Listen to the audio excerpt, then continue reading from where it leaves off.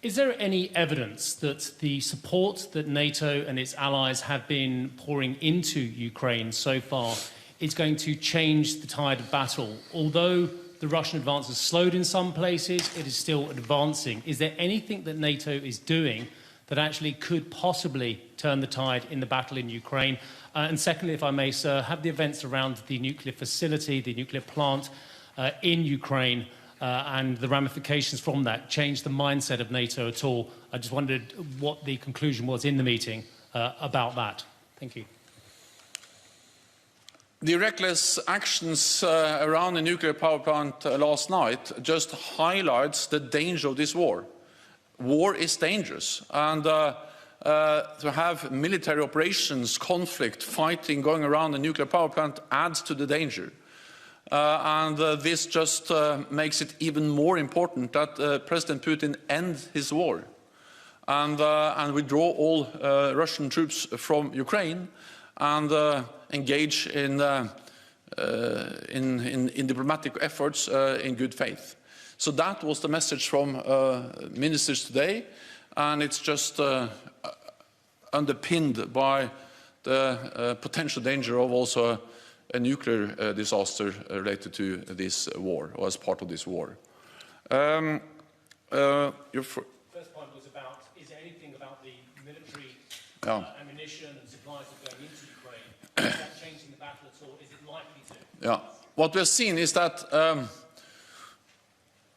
President Putin totally underestimated the strength of the Ukrainian armed forces. And they have been able to push back, to fight back, and to slow down the Russian advances. And this is first and foremost a result of the courage of the Ukrainian armed forces, and also the support and the courage of the Ukrainian people and the leadership, President Zelensky, which is really strengthening the morale of the Ukrainian armed forces and the Ukrainian people. We have helped them because NATO allies have trained and equipped the Ukrainian armed forces for many years. We started in 2014.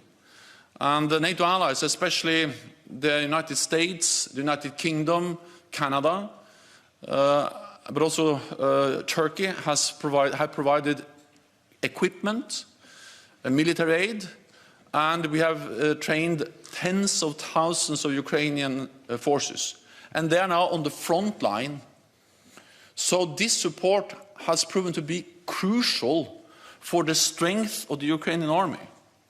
And we are now stepping up support with more supplies. And I think also we have to realize that,